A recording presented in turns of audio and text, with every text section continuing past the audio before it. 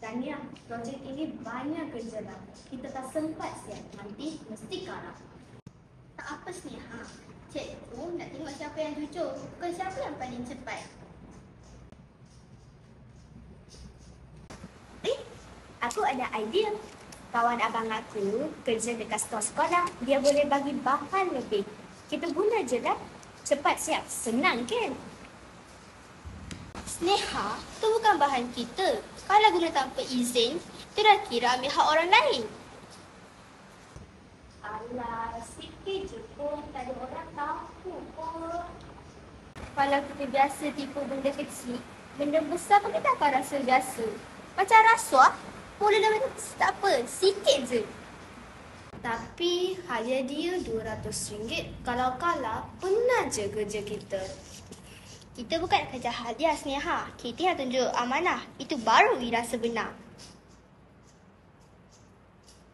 Tapi kalau orang lain buat macam tu dan menang, tak adil lah untuk kita. Sneha, menang sebab tipu tu bukan menang. Itu menipu diri sendiri. Saya lagi rela kalah daripada menang dengan cara yang kotor.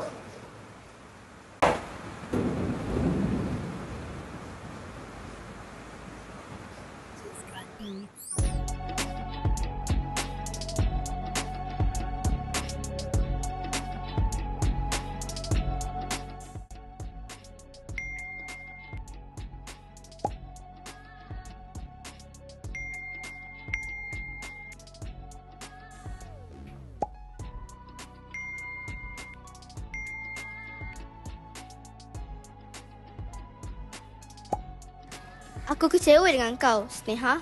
Tadi kan aku dah cakap yang kita kena jujur. Apa yang kau buat sekarang ni ialah rasuah tau. Balas budi, bagi duit, itulah rasuah, Sneha. Aku tak nak dan aku takkan setuju dengan perkara ni.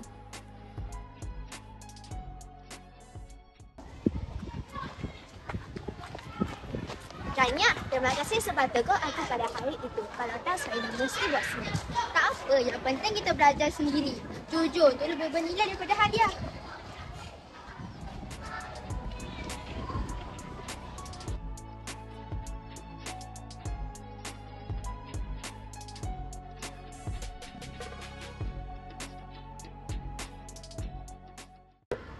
Syukur kan kita dapat nombor 2.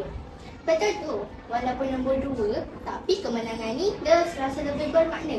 Yalah, sekarang saya faham apa yang abang maksudkan.